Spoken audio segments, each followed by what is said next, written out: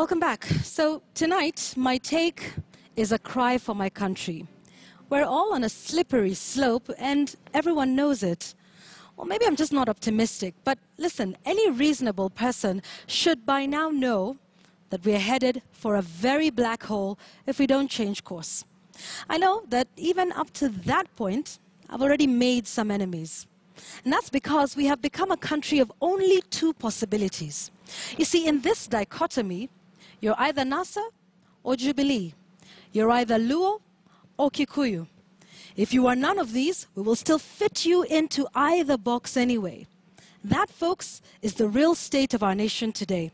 If you wear red, you are jubilated. It doesn't matter if red is your favorite color or that it existed way beyond these parties, or if you just decided to mark Valentine's Day early, who knows.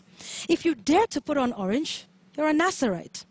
Listen, if you think the economy is in doldrums, then you are most certainly a Raila supporter. If you believe that the economy has grown over the last few years and we have nothing to worry about, then you're in Uhuru's camp. Worse still, if you are from a NASA stronghold and you hold views even remotely similar to Uhuru Kenyatta, shame on you, you're a traitor. In fact, you may need security to access your home.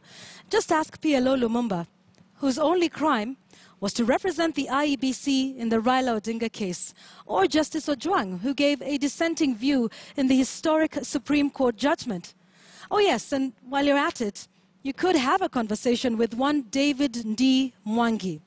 Yes, he has a last name that is Mwangi, and yes, he is a Raila Odinga supporter, a strategist no less, and for that, he is called a voodoo economist.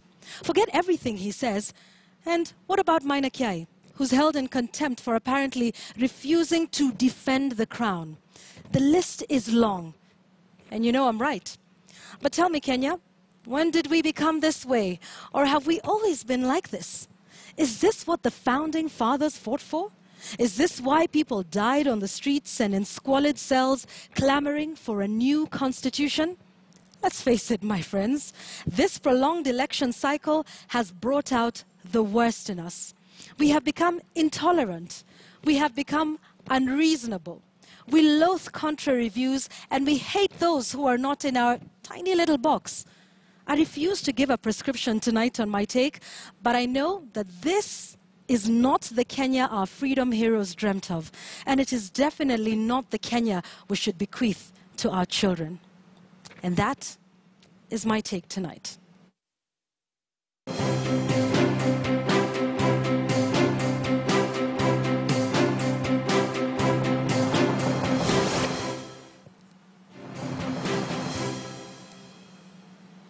Thank you very much for watching our show, for your feedback. Keep that coming as well.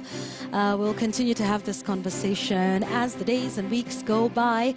My name is Yvonne Okwara Matole. Our sign language interpreter tonight was William Silla. I will see you tomorrow night at 8 p.m. when we will be chasing the big story. That's Sophia Wanuna and I. You don't want to miss that show. It'll be great. It'll be exciting. We'll be speaking to all the newsmakers and putting special focus on the big story. Good night, everybody.